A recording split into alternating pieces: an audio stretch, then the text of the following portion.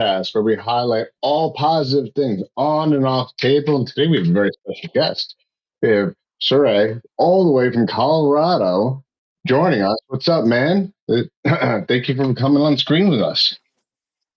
Yes, sir. Thank you for having me. It's been a good weekend, a nice hot one too at that. Uh, I heard about that. I heard it was like 100 degrees or something like that. Yeah, it's 100. It was 101 this afternoon, probably about an hour ago. Now it's about 90, 92. So it's pretty It's toasty over there warm. in Colorado. I'm actually going to be coming Yeah, down to Colorado next week. So hopefully it that's right. cools off a little bit. Hey, we arm wrestle in it too, so be ready. You're gonna be nice and toasty. Come back with a tan. Oh, come back with a tan, and I'll also come back a little bit, lose a little bit of weight too. Perfect for my That's weight right. cut. What do you have? You got something coming up? Yeah, I got a match coming up September 20th. Over at King of the Tri-State 2, the second rendition of this gentleman, Steve Fernandez's production. We'll get into that a little bit later on, Heck though. yeah. Heck yeah. Um, but So I gotta say, before we talk about this past weekend, we got a Yep. lot to talk about by way of who you are, where you come from, what is your background in the sport of arm wrestling. We know that you have a little bit of a background, when it comes to strongman sports. So let's start off with that. How would you get into strongman first and foremost? Well, so it's right now that's kind of a running misnomer. I didn't come from a strongman background. Just happened to be a big, strong dude that isn't super fluffy. Mess around with some of the stuff that Brian has in his gym, able to lift like the Thomas inch dumbbell, which now I'm able to row, which is pretty cool. Um, but no background in that regard. I played semi-pro football. Jeez, dude, I'm old. I'm gonna age myself. I'm 41.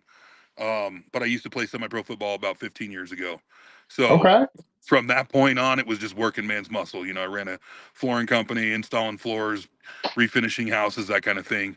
So just a lot of work with the hands, and stayed pretty big throughout that entire time. But arm wrestling has been a new venture for me. I'm 3 years, 3 months into the sport. Started in 2022 after listening to a Lex Friedman, Devin Larrett podcast. And Oh yeah. he was getting ready to pull Levon, and he said So that for the arm first time, wrestling right? for the first time, yeah. So he said that arm wrestling was chess with your hand.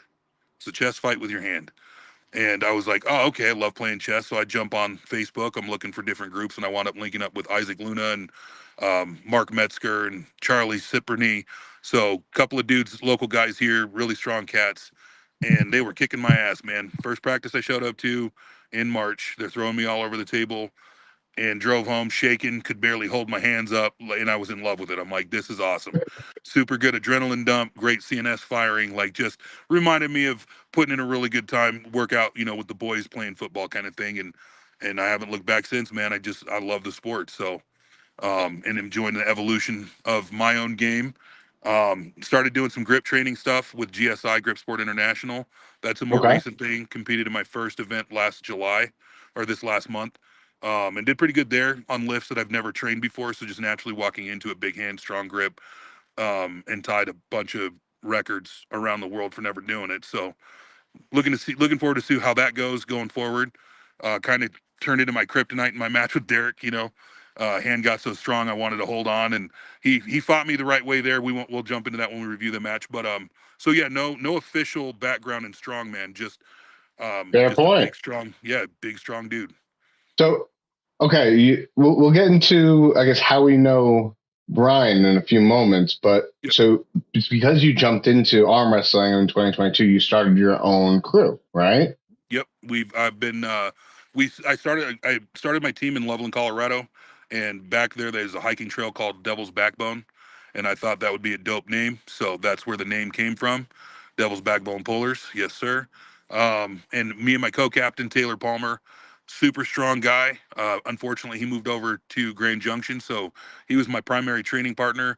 And now I use a couple of the dudes with me now that are pretty strong that I get some good workouts with, Matt Baker and Dan Tripp, and a handful of other ones are just really strong guys. So I get the benefit of using them, helping me get stronger. But Taylor's a monster. He's a 220-pound guy that he had some really good practices with Paul Lynn, at the end of last year, real strong. Yeah, shocking. Some of the videos that I got there was like, man, my dude's strong. So looking forward to him to making his debut and coming back into the sport. He's just a little hiatus for the last year, and we'll actually be working together here pretty soon. So it'll be nice to be on the same pad and getting our workouts in together and getting stronger together again. So really looking forward to that. But yeah, Devil's Backbone Pullers, 3 years strong. We're about 45 people deep Wow, with the that's a team big right crew. now. Yeah, so we have about 15 kids, so 30 adults, and that's climbing pretty quick. And then about 15 kids. All of my children love to pull. Some of the pullers, their kids pull. We have neighbor kids around my house. I've been pulling at my house for the last 3 years, and so the neighbor kids come around and watch us. So they started pulling too. So it's really neat. Colorado State's gonna be fun next weekend, which is this Saturday. We're gonna have a bunch of the kids from the neighborhood come out there and pull for the first time. So it's really cool, man. I love how the sport's growing and people are really coming together, and just elevating Yeah, the no, status of the sport. It's no longer the back bar room, feel. It's that's kind what I of love to hear. That's what I yeah, love to hear about the growth of the sport because I need to. I personally want to see it out pulled completely out of there. I mean, not completely. Obviously, it's always going to be that back bar room yeah, atmosphere that people are attracted to. They want to be a part of that, but there's got to be more to it, right? There's more to it. There's absolutely. room for us all to grow, and what you're doing, the part you're playing, it really is pivotal in that. Definitely, and it's fun. I love it. My kids really love it. My wife loves it. So we all pull together. I sort things out with my wife. She's got a really strong hand. It's tiny, but a real strong hand.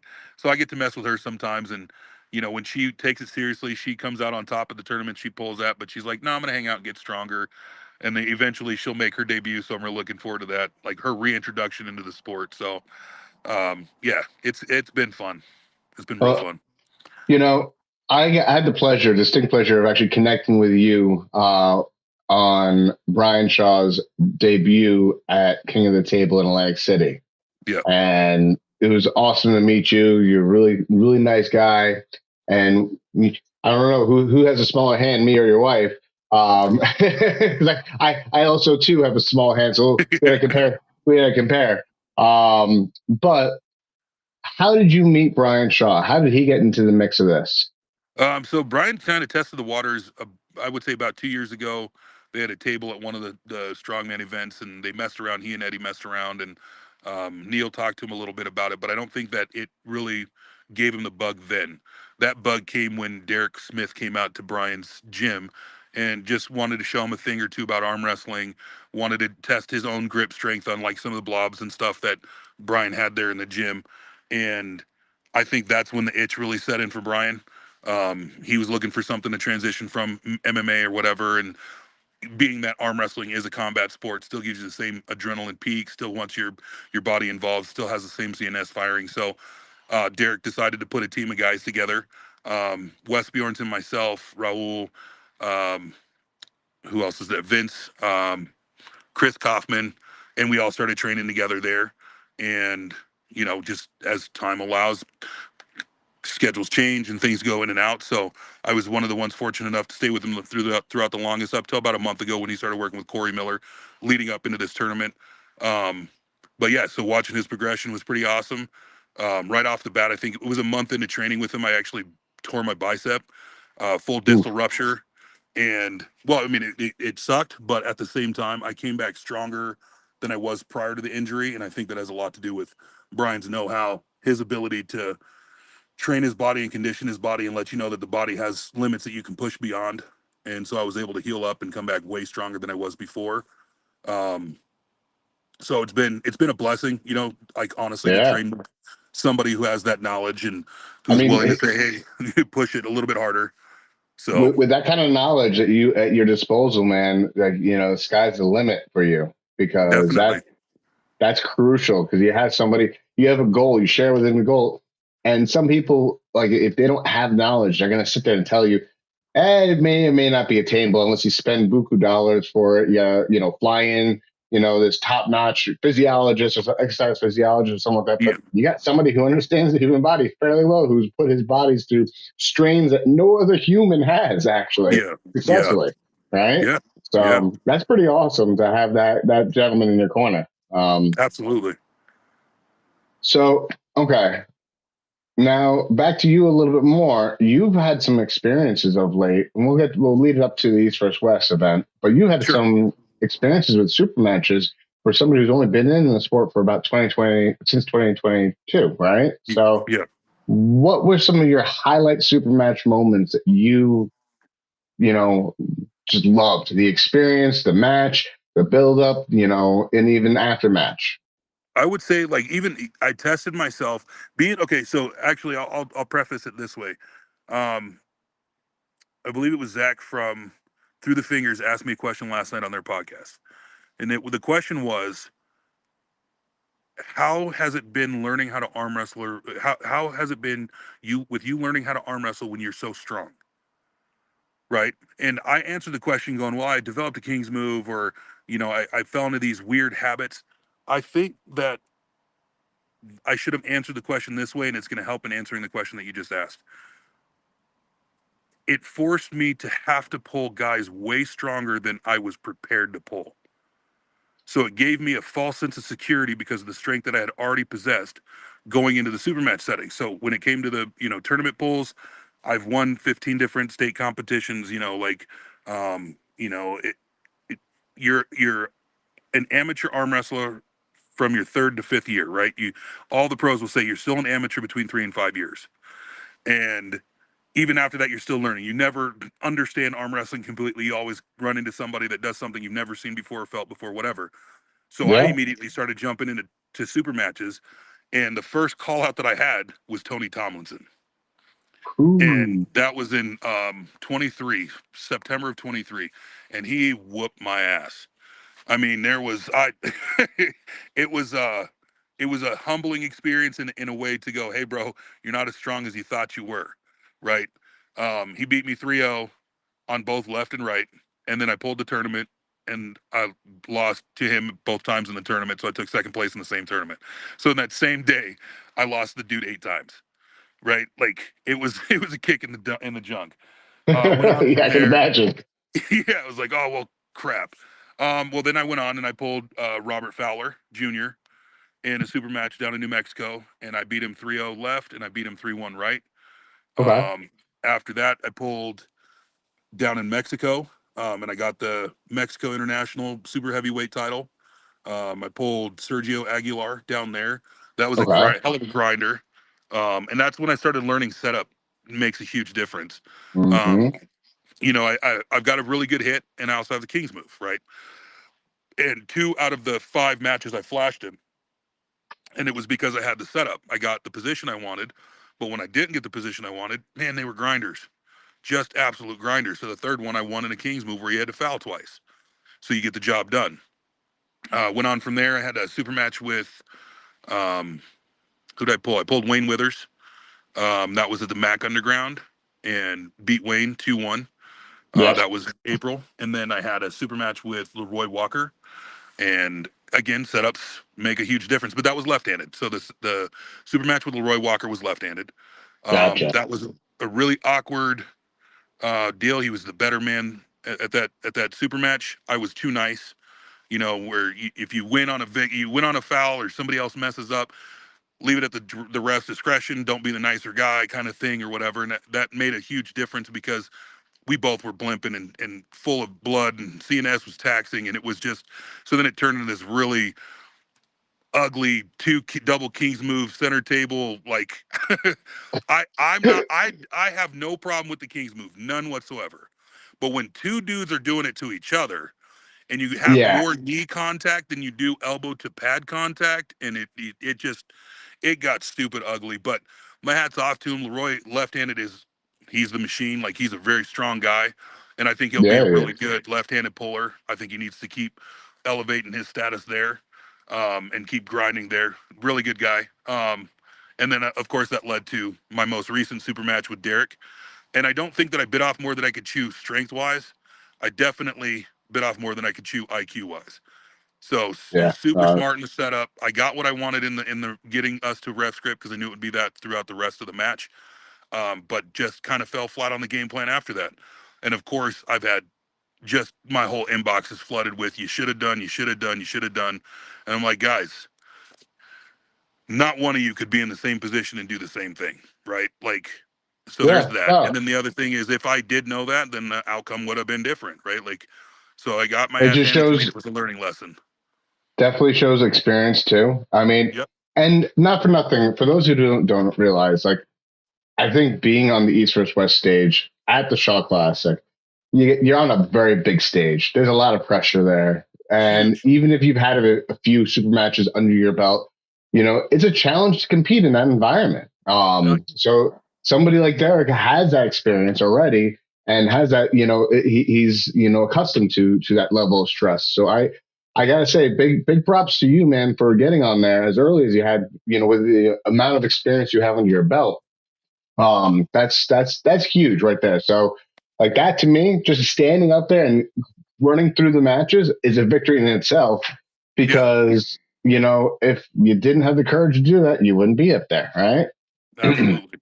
And I didn't think about it, even after the fact. I think it was over the weekend that I came to that realization. Like, hey, bro, you were on the strongest arm on earth card that then was co-branded with East versus West. Like, you were on East versus West, and it allowed me to kind of go, hey, not only was this a good call out opportunity for myself and my own exposure, granted I didn't get to highlight any of my skill sets. Fortunately, there's a lot of video out there proving that I'm a pretty decent guy. But it also got Derek, who I am a fan of, the opportunity to get a W back on East versus West and get Yeah. his name back out there. People aren't, guys who know me as an arm wrestler know I'm no joke. And for him to get the victory in such a dominant fashion only helps his brand. It doesn't hurt him, Yeah. and it gets him Like, that W on that stage. So again, I hold no grudge against him. The whole build up for the narrative, trying to spin it like it was personal, was just so we had some kind of heel. Like, I was watching his content, training under his tutelage when I started arm wrestling, because he was the hottest thing out there with Larry Wheels, right? Like, all of his videos were coming out of Dubai. So like, I yeah. consumed all that content for years. So I have nothing but respect for him. I had to try and make something like, oh well, this is personal, and he did that, and this did the third, blah blah blah, and everybody even wrote out like it was like, oh, and this was the serious portion of the East versus West, and he didn't show up, but he was still mad about it, and these guys were funny, and so it worked out. It achieved what it needed to. Yeah, absolutely. Everyone loves a little bit of drama, right? Exactly. Everyone loves a little bit of drama. Before we continue, I want to shout out a couple people who are in the chat. We got Joshua Harrington and Drew Rivers of Weakrish Arm Wrestling. What's up, guys? They're a fan of yours. We Welcome. got John Hutchinson out of Florida from Garage Grinders Gym. Adam Warner, what's up, man? Oh, we got Robert Kelly throwing a little sand. We're gonna get back to that later on, Robert. You think it's sad that you're gonna have two back-to-back losses? I don't know, man. And then, oh, interesting. Did you notice this? That Derek moved a lot in the ref script? Oh yeah, that's what I was bitching about. Yeah. Like, there's no excuses. I could not get back what I wanted. So every time he moved, he was able to keep what he collected. So every time that he would, so he'd start to carve the wrist over, and as soon as he'd move over, I'm like, he's moving in the grip, and they didn't correct the position. They allowed him to keep the position and then force me to stay in it. So it was little Uh, things like that. That's where I was getting so pissed off. yeah. So a lot of people were It's like, setup game. Yep. yeah, they're like, well, I don't know why Cire was so mad. Anybody who goes back and watches it is going to see a whole lot of movement. But again, I was not prepared to fight on that stage in that regard, thinking it's going to be fair. I don't think he was being dishonest. I think every arm wrestler is going to take everything they can in the setup. I know Yep. I do. I know all the other good guys do. You know, even people who don't intentionally try to will. So it's I don't think that he cheated, right? And I would never call Mm-hmm. him a cheat. I think that he moved how Devin would move, right? You're going to get Yeah. everything you can unless they force you back out of that position. You're going to keep what you gained, and that's exactly what he did. So there was a lot of movement. Anybody will go back and watch that; they'll see it. I'm a very fair. So I shouldn't say I'm a very fair puller. I like to say I'm like easy money. Davis, put the elbow down, get your grip and rip, right? Like, that's his whole attitude. He's not taking the time to create all this extra, you know what I mean? Like, get in there and Yeah. move your hand. And so I'm very fair in the setup. Too fair. Well, playing with a Lesson little learned. bit, getting that advantage somewhere like that middle ground is, it is part of the game, right? Yeah. Everything is in the setup. once they say go, if they're in a favorable positioning, that as long as it's okay by the refs, it's not cheating, Yeah, right? exactly. If the Well, refs aren't seeing it, it's not cheating technically. exactly, and that's where he got to keep what he had, even in the warnings where they give him the warning. He was still able to keep what he had gained, and I should have pushed my hand out or pushed him over. Or did like all these things are hindsight. Yeah. I feel bad for the next guy that tries to do it. Right? Like I'm Well, aware now it's something I haven't experienced before, and you yeah. have to be put in that water in order to learn how to swim. So it ain't gonna happen again. So There you go. lesson learned. And I think Well, Robert Kelly is a funny guy. So yeah, he's hysterical. He's an absolute prankster. Um, but let's go over some of the other matches from the East vs West event, if you don't mind. yeah, of I'm gonna course. bring I'm gonna bring them up on the screen real quick, and we can talk a little bit about what we any upsets or uproars that you were like, whoa, I wasn't anticipating that. Um, so after your match, it was the we had Big Laws, right? Going up against, I can't remember the other gentleman's name. Martin Litzis. Yes. So Yep. what did you think about that match? I saw Big I Laws actually kind of became an amazing arm wrestler there. yeah, I edged it out toward Martinch because I watched Laws pull um the the super heavyweight on Arm Wars. I can't think of his name right now. It's escaping me. Um, he's been Eddie's primary training partner. Yeah, I can't remember him either. But yeah, I watched those two pull, and I noticed that Big Law's had a bicep injury, and I was like, oh, he's prone to a top roll. But to watch him stay connected, because Martin's got the first pin on him, but to watch him recollect himself and then come back and win, it was awesome. That was a really good match, and I think that out of all of the big guys that are converting strongman over to arm wrestlers, that was one of the better like hand fight IQ dominant positions, and then maintaining the look and shape of the arm wrestling. It Mm-hmm. was an awesome match. It was a really good match. So I thought it was going to be Martin's, but Laws, Big Laws showed out. Man, he looked good. He looked healthy. He looked strong, and he looked coordinated like nothing else. Yeah, I super really wasn't connected. expecting that fluidity, out of Yeah, him. definitely. So we got Jocelyn versus Gabby. So originally, when all those when it was just the strong arm on Earth, I thought that it was going to be Gabby and Jocelyn left-handed. When I saw it switch to the right, I was like, man, this is a real test for Jocelyn. Gabby is such her side pressure is insane. I don't know if have you ever pulled Gabby before? That is the one top female I have not yet pulled. I have pulled Okay, every other one except for Gabby, like all the big names, in North America. for sure. She's a miniature Todd Hutchings. She Oh yeah. side pressure, hand control, side pressure, and just crashes over. So I just saw that being a really hard thing for Jocelyn to overcome Mm-hmm. especially when they lined up, and I was like, oh, this is a right hand match now. Um, but Jocelyn, I don't think that she was there were two rounds where she was still in it, and then there was one where Gabby just really showed her complete dominance. Gabby does play with her food, Yeah. and so Yeah, she that does. showed out, and that really came out in the last round. But in the other two, I think it was Jocelyn was in there fighting good, and I think Yeah. that Gabby she's the greatest female on the planet. She's the goat. And Jocelyn, I think, she's very close. I mean, for 14 months in with official arm wrestling training, and she was a strong woman before that. I think that she has a long, fun, awesome road ahead of her. She's just going to keep climbing, and this was a lesson that she's going to wear inside. And every person that she faces going forward is probably going to be Gabby. You know what I mean, in her head. So it was a good one. Definitely was a good match. I think it's Jocelyn now knows, what she needs to do differently and how much stronger she needs to get to close that She only gap. has she only has one more person in the world to pull that's not the top five, and that's Barbara. I mean, she's Yeah. pulled Eagle, she's pulled Sarah Bachman, she's now pulled Gabby.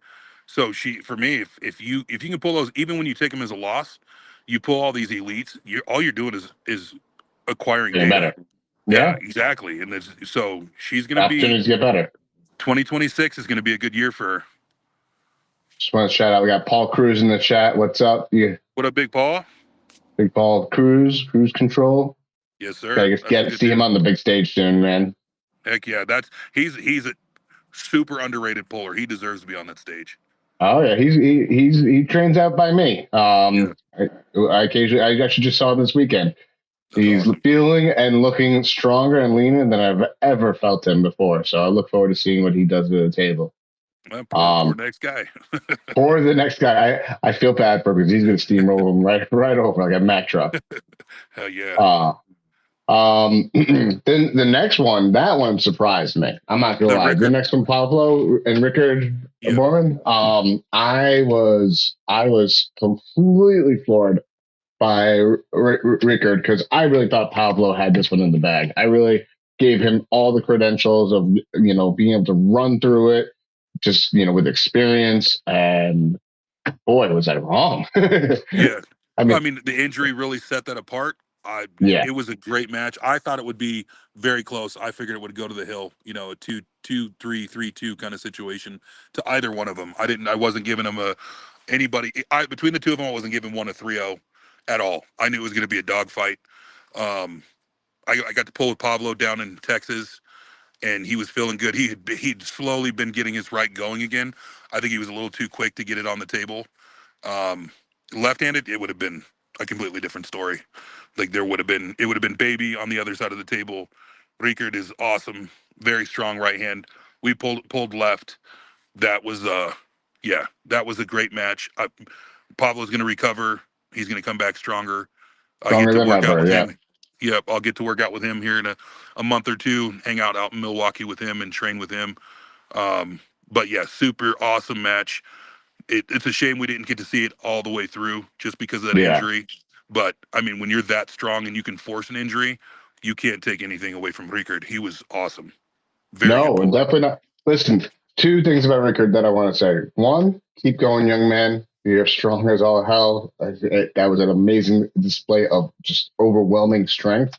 But two, that gentleman saved my life at the East First West in Chicago. I was manning the camera, Yeah. and I was sitting up on an elevated stage, and I forgot which match it was, but it was really into the match while I was manning the camera. And I was like sitting back in my seat, and this elevated stage that had no banister railings around it. Yeah. And I felt my chair falling backwards, and I literally reached out to grab whatever I could. Who was it? It was Rickard's shoulder.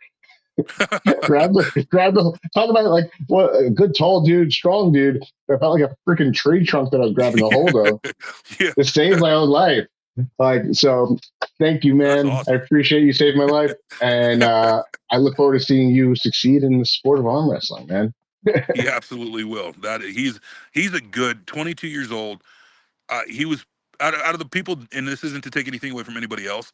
Both him and Philip Larson were like my favorite two to just talk.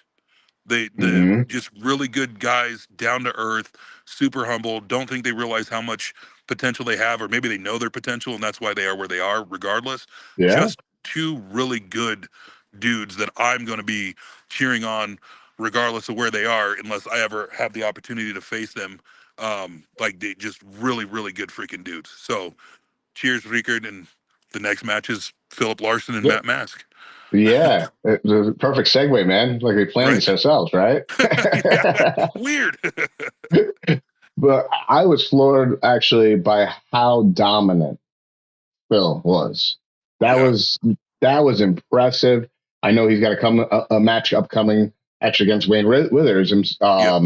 and you have personal experience with pulling Wayne Withers. That's going to be So, an interesting match to watch those two because they both have very similar hands. I think that it's going to edge toward Philip because Philip actually, so if you ever get him on your channel, he's actually a former strongman who was riddled with injuries that kind of led him into arm wrestling. He's only been doing it for about 2.5 years, but super knowledgeable. I'm not sure if he picked up all of the skills that he has on his own or if he had somebody kind of the gorilla in the midst just telling him what to do and teaching him along the way. But he's a super technical arm wrestler, very, very good arm wrestler. And he said what he was going to do before he pulled Matt Mask, and it's exactly what he did. So yeah, it was a great debut for him in that regard and he came complete with a plan dominance. and he executed it, and he Yeah, executed the hell out of it. It was a pretty cut and flawlessly. dry open shut case for him. and for that match. I hope to see Matt Mask again soon, but I'm also looking forward to where Philip's going to go with, the next few matches. The Wild Horse isn't going anywhere. He's a crowd pleaser. He's one of my Of favorite people course. to watch. Just go nuts on a table. I love My his favorite energy. my favorite match with him, ironically, is him and Nugo Chikadze. Just Oh my God. the banter Amazing between the match. both of them was just, it was great. And Well, yeah, so yeah, he's got a fan here for life. talk about presence on the stage, man. The next match, Eddie Hall. Man, that dude is an entertainer like nothing else. I mean, he is funny. He's the He's same funny. person. Like it's not a gimmick. Like that's who Oh, Eddie is. yeah. He's just Yeah, that so entertaining of a human. he's Awesome. the same person off and on the table. So it's cool to watch. Like he doesn't care. I shouldn't say that he's dismissive of other people's feelings or whatever, but he unabashedly speaks for himself. He's just like whatever. If you like it, you like it. If you don't, you don't.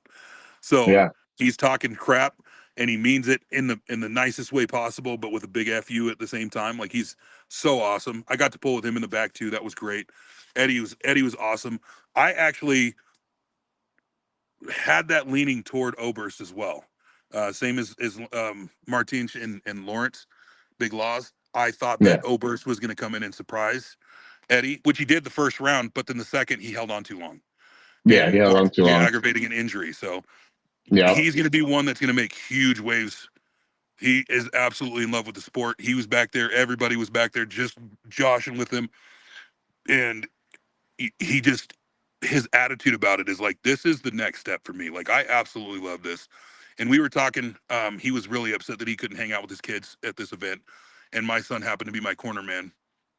And he was like, dude, that's Uh, amazing. Like, so we touched on that and like he let me know how human he was, right? Like he wasn't just the guy that's, I don't know, it was just on a real personal level. Like he wore my flag out there.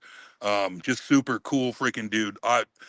Rob Oburst is somebody I want to go up to Idaho and hang out with, not just train with. Like he's a genuinely good, real American dude. Like just down to earth, super chill. he Like, oh, seemed I like can go it. perform. Yeah, he's awesome. So I think that And talk he about a good sport about jumping into the dress. yeah, That was yeah, yeah. hysterical. He honored his bet for sure. He honored his bet. They made that deal on Shaw's podcast, the Shaw Classic, about whoever loses has to wear a mini skirt and high heels. And he tried. Hey, nobody knows this. He really tried to put those high heels on. And there's nothing more hilarious than a 6'6", 400-pound dude trying to like ballerina his foot into into a Cinderella sandal, right? Like he That is tried. hysterical. So yeah, super cool dude. And I want them to run that back. Like those two energy wise is awesome. But I think Oburst has Eddie's number for Well, I sure. mean, I think the real winner of that whole entire thing is the high heels that withstood the pressure of that big ass man going on that. I would say us as fans because he was great. He didn't care, popping his head That's out in the middle of awesome. matches and stuff. Yeah, it was awesome. It was Yeah. great. All right. So we got Dave Chafee versus Todd Hutchins. I so I knew it was going to go this way just based on history. I didn't think it would be that dominant on Dave Chafee's part. If you look back at all their matches before, it's always by one, right? Like Mm-hmm. Dave has beat Todd by one. So in a match of the first to three, it's 3-2. If it's, the first to three, it's 2-1, right? It's just whatever the super match setup was, they're always one behind, right? Todd is always nipping at the bud. And this one, I thought it would be the same because I got to pull with Todd. Geez, I want to say toward the beginning of this year, maybe March, and I was like, man, you feel really good, you feel really strong, and just Dave's sheer dominance was outstanding. Like I loved this version of Dave. To me, he was moving how he used to move back in the day. And I shouldn't say like I know firsthand. I just went back and consumed a whole bunch of arm wrestling Yeah. videos in the 3 years I've been in it, just to go, well, where was the styles? What did it look like a few years ago? What did it look like 10 years, 20 years, whatever? Because I'm a nerd in that regard. But to see Dave's evolution all the way to where he became a top roller, then coming back to being the side pressure monster that he is, that was wild to see Dave's side pressure go through Todd's side pressure. And then Like it was Todd almost trying as if to it was non-existent there. dude, and Todd trying to kind of back pressure bicep pull into Dave's hand. I'm like, what is going on? Like that was such a good match. But it definitely went the way I thought it would. I just didn't think it would be that dominant. And No, Dave in the Dave is dominant going to fashion, destroy that class. yep, that class is. They're His gonna have some headaches in their class. for sure. It's his class. Definitely. Um, and then we got Devin. Talk about both arms. Devin versus Kadecha. I gotta say, I'm not too surprised, to be honest. Devin was just dominant, and he knew that he wasn't there to play. He was there to make a statement, and I think he made it loud and clear.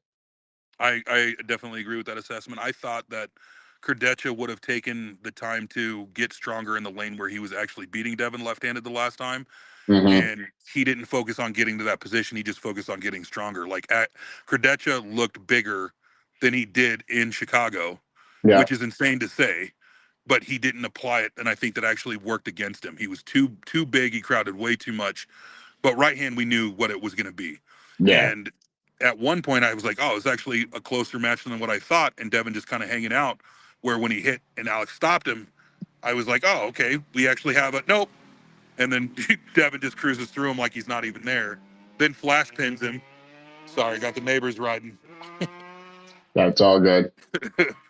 But yeah, so I mean, the match went the way I thought it would. I think it went the way everybody thought it would, and Yeah, I think I everybody, agree. for the most part, thought that the left hand would be closer. But Devin did his homework, and Alex just got bigger, right? Like, Yeah, thought that the strength was going to be the thing that closed the gap, and it was really that ability for him to get behind his hand and really flop wrist press him, and yeah. he just didn't do it at all. Devin certainly followed his own advice. Same thing, only stronger and harder. And, Yeah, and well, because it wasn't a problem for him. He needed the stamina. That was the only difference. yeah, So yeah, he was able to exactly. keep that, which I thought. I mean, I don't know how many people understand. You would. Most arm wrestlers probably do. When you're in that situation, if you're pulling back-to-back super matches, the amount of the ability for you to call on your CNS to make it fire again, to attack your endurance and your stamina, to do that, and at that level with those two big behemoths, man, that was insane. Like that. Hmm. That to me, the output, the energy output between both of those guys was through the roof. I don't know anybody else that have been able to do that same thing and then to maintain the ability to trash talk each other and then to give words at the end, like find composure to it. It was a really good, awesome. Both matches were great Definitely a good display of athleticism in that regard. for sure. And then the last and final match, the main, what I consider the true main event, Agreed. um, Brian just came out guns blazing, and I gotta say, Brandon, for the size discrepancy, really showed what he's made of. I don't think that, like, while Brian won the match, I don't think Brandon lost anything here. I don't think so at all. I think Brandon gained more. I think that they did it right in the build-up, in highlighting Brandon's strength accolades alongside his arm wrestling accolades. Like a lot of people know who Brandon Allen is, Filthy Power, but they didn't really understand that he had a 2450 lift total. Like that's an insane number. And you're looking at size discrepancies, right? These strong men are putting out similar numbers, right? Brandon Allen is an absolute monster. He didn't lose any stock value whatsoever. I think No. that a lot of people were trying to make him the big white hope killer, right? Because what he did to Larry Wheels and having all that, Yeah. the hype behind Larry. And I think that Brian also learned from the hype behind Larry and just kept his group very small. Didn't have too many people coming in there to tell him to go in all these different directions. His first round was the only round that I was like, okay, let's see what you do in round two. And he adjusted, and I think that Brian went with his gut. When I talked to him, he was like, "No, I just gave a bunch of different looks." And I was like, "Well, I'm glad you trusted your instincts and went with your gut." And he's me too. And Brandon Allen hates every minute of it because he's still nursing his thumb, right? Like you can't run from the strongest grip in the world, Nope. and expect to not feel it a week later. So it was Definitely awesome. not. Maintained the Def- height. He maintained height. He kept pressure. I mean, it looked very similar to him pulling Eddie. And the yep. difference there was Eddie doesn't have a King's move. And if you compare the pictures together, they looked like they both were Kings moving when they were just trying to run away. So it was an awesome match. Brian asserted his dominance. I don't think that he should be jumping at anybody crazy like Derek Smith or I think a good one would probably be like the look at the North American, you know, 10 through 20. Pick somebody on there, Yeah. um, and test that water. Or even Kirill Sarachev. Like I see all these polls popping up of him pulling all these crazy people, and I'm like, the dude. That's his first official arm wrestling win, Yeah. No, I right? Like agree it's with his that. first one. I think So definitely, crack the top 20, yeah, definitely would be the next move for Brian. I think that would be the best move.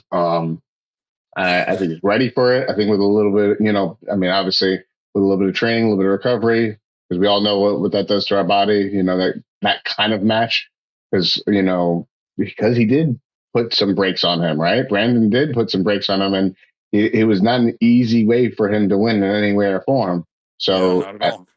again, hats off to Brandon for that. But, Yeah, like, you know, Brian's going to need some time to recoup and recover.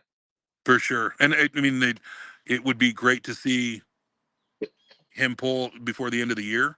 And I don't think it matters on what stage, right? Like, I just Yeah. think that to keep himself active and keep that hunger alive. But I don't influence any of those decisions at all. I'm just putting my 2 cents out there. I don't think that he should be going after. I can't remember. I think it was Tom Stubblebean posted on his channel, um, Derek and Brian, and I'm like, I just thought, why? Like, it's not even Yeah. a give him more time. It's the same as I've only been in it for three years, 3 months, and I got on that got to that point, right? But he's been in it a year. Why? Like, Yeah. the strength is not going to be the save all in that situation. Let the guys build experience and really climb the ladder Exactly. that way. But Exactly. And you got to write properly climb ladder for him to want to even stay in the sport too, right? Because if you take too many losses back to back to back, then it kind of discourages sometimes some to continue. yeah, Um, and Brandon Allen was a different dude. He was 320 pounds of piss and vinegar, and I think he would have gave pretty much anybody the fight of their life. that He was night. that prepared for this match. So Okay. he's not the same 270-pound guy that we all hung out with last summer, right? He packed on that meat, and he came in Hmm. hungry. So it was a damn good match. He would have fought any one of those guys pretty damn hard. So So, all right, we've got a little bit of a recap of the weekend. The overall, anybody who wants to check it out, check out East vs West 19. Look for East vs West Sports, EVW Sports. They have the replays there. Check them out, see it for yourself, come to your own, so you can experience it yourself. But I want to take a little bit of a flash forward. Speaking of recovery, we'll talk about your match coming up soon. But after your match, or rather, there's going to be a tournament coming up this weekend, yep, the Colorado State Championship, um, hosted by Corey Miller.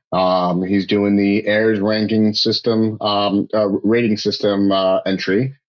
So definitely check them out. Go onto his Facebook page, Corey Miller's Facebook page, or Colorado State Arm Sports, and they'll have information. The one key note that I wanted to share about the tournament is that you could win a trip to the IFA Nationals, get a free airline and entry fee. Like, that's pretty freaking cool. Depending on where you're coming from. I'm remiss because I wish I was going a day earlier to Colorado. I'm going on Sunday. I come in yeah, Sunday morning, the day after, and it was just the way the stars aligned for me for my family vacation. Had I been able to go there a day earlier, I would have been gunning to go compete in that event. But before that, we got another match coming up, and someone in the chat is telling us that you're gonna have to change up your style if you end up losing. What are your thoughts? What do you know about your opponent? Like, any information you got on him already? What are you thinking? Let's hear what you have to say about your opponent versus Jeremy Parker. yeah. So we originally were going to do both left and right hand super match, and we agreed to that before I pulled or before we announced the super match for Derek. And so it's already been decided that we're only going to pull left-handed um, at this super match. Um, Even leading into it, like, I'm on the fence on whether I want to jump in there and throw the right hand in. Um, I don't have anything against Jeremy Parker. I think that he's a rising stud. He's training with a really good Michael Todd. He looks like a really good arm wrestler. I did hold hands with a few guys that he's pulled recently, and I watched the wars that he had with them, and I know that there should have been no reason to have wars with them if he's as good as what the videos kind of made him out to be. Um, it's not a good day for him, regardless, left or right hand. but for sure left. My left has gotten beaten up twice in the last 2 super matches I had. I forgot to mention Nick Mode. Oh yeah. Absolutely dominated my left hand. So this one, I'm going to go in there and he's going to learn a thing or two about his style. So Okay. I'm very confident in the left. I've never trained my left until he started getting serious with his left, right? And until I came back from pulling Nick Mode going, all right, well, I didn't like the way that felt. So I'm going to switch that up. Welcome on there, Speaking of, buddy. What's up, speaking of Saray? which, speaking of the Hey, devil. oh, definitely not the devil. I just had to join Saray because I'm just such a big fan. Are you? Yes. Oh, I couldn't tell if that was sarcasm or if you were jumping on the Robert Kelly bandwagon. No. How's it Yeah, no, going? I met Jeremy Parker last summer at the Super 64. Good kid then, good energy. He called out, asked for the super match. I was more than happy to oblige then. So it's going to be a left-handed. I'm not going to say it's going to be a war. If it turns into one, he's going to make my day. So Hey, so I missed it. Do you think you're going to win? left, yeah, I do. Okay, good. Yeah. Great. That's awesome. I mean, I'm watching your lifts. You're coming up. You're getting Yeah. stronger. I don't think that it's a strength thing. I think our Okay. styles are just awkward. You know, you have a good King's move. I hate King's moving. Mm-hmm. But you have a good one, and you fall into it when you lose center. Mm-hmm. And you do it both on left and right. But you do have a press, more of a press on your left than you do your right. I'm willing to let you go wherever you want to go. Mm-hmm. Uh, I'm just looking forward to pulling you because it's been there So for the last what's the 4 last months. thing you saw of my left? Um,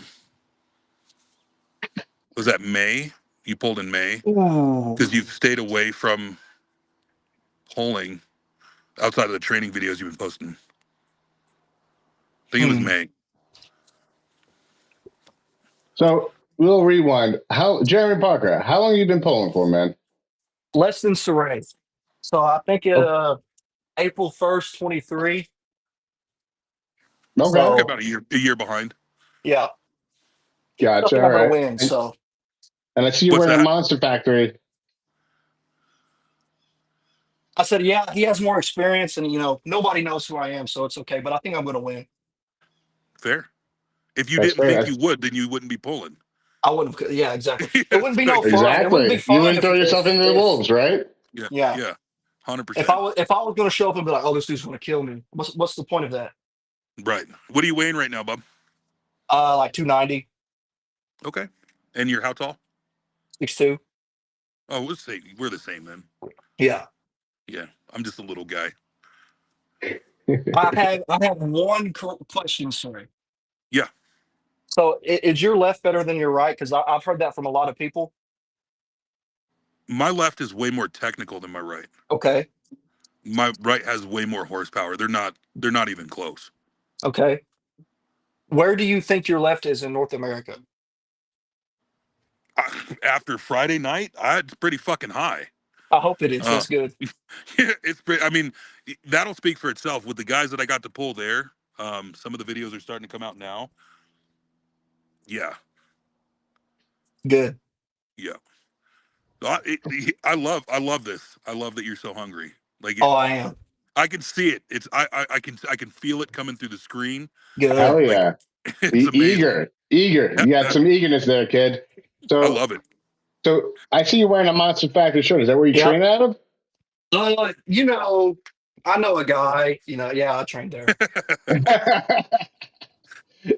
It's a good guy to know, It's definitely a good especially guy for to know.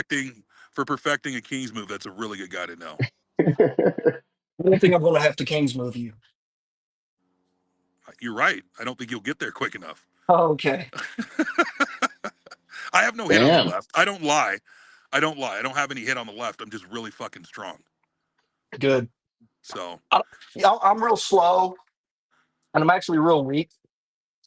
I've seen your So, numbers. Hey, so here's actually a benefit that I have, and we mhm. train on the same machine. Yes. Right. Well, I shouldn't say the Yes. same. This is by Ben's is a little bit different than ours. Um, I don't think people understand how much that translates to the table. Yeah. So the numbers that you're doing, I'm very aware of. So to say that you're weak, no, you're not. Well, Now, whether you can activate that or not is what's going to be the question. do you think you could beat Michael's left? Yes. Okay. Yeah. Okay. All right. I guess we And have I say that with confidence because of who I'm polling that has pulled him left. No, I mean that's fine. Yeah. Like And it's arm wrestling math, right? right. So, yeah. remember, styles make the match, gentlemen. Styles Yeah. make Sure. the match. I don't have to So, deal with another super long arm, so I'm happy about that. Yeah. That was awkward. what is your wingspans? You guys know? I have no clue. Oh, my That's something worthwhile measuring out. bigger ape index. I'm bigger. I'm wider than I am taller by 2 inches. Okay. So I have when no you deal clue. with I've somebody never that's got a measured long, that. easy way to do that is you find out your height, or you don't Mm-hmm. need your actual exact height, but like you find out your rough height, and then you put your arms on like a doorway type of deal, and Mm-hmm. go sideways, and you find out which one's a little taller. So like your I see. wingspan. Yeah, Oh, I your see. wingspan. Yeah. I got you. So I'm like it's 76 inches tip to tip out, but I'm 6'2". Yep, Mm-hmm. there you go. So it's 2 inches longer, wider than I am taller. You should So find I've out got those measurements out. We can put it and post them up on Facebook there, Jeremy. I can figure it out. yeah, I'm not super worried about it. I think we'll figure it out right when we hold hands. Yeah. That's true. Good Yeah. point. And I'm Um, really looking So forward you to think holding you're gonna hands. run over me? I don't think I'm going to run over you. I don't think it's Okay. going to be a walk in the park, but I definitely think I have your number, Mm-hmm. and I want to have your number. Yeah. I'll hope. Yeah. So It would not interest me if you were not as strong as you are. So yeah, for sure. I mean, we touched on it in the beginning. It's the best way to test yourself is to go against somebody. And the difference here is we're closer in the time in the sport. My first yes. call out super match was Tony Tomlinson, who'd been pulling for 8 years before I Yeah. even got in the game, right? Mm-hmm. And then 3 years later, I pull another person who's 15 years in, where I'm at 3.5 years, or 3 years, 3 Mm-hmm. months. So in my opinion, it's the only way you can test yourself, the Mm-hmm. only way that you can get better. So absolutely. Yeah. And if you beat me, sweet, I'll make recommendations on who you should call out next, because Mm-hmm. I'll feel the difference. But I think that I got pissed off when Leroy beat me, and even worse when Nick Mode beat me. And Nick Mode Right. is a strong cat. Right. so, What's up, Big gentlemen, I Stu? just wanted. Oh, Hey, how you we know doing? him? Can you hear me? Can you hear me? Yeah, we hear you loud and clear.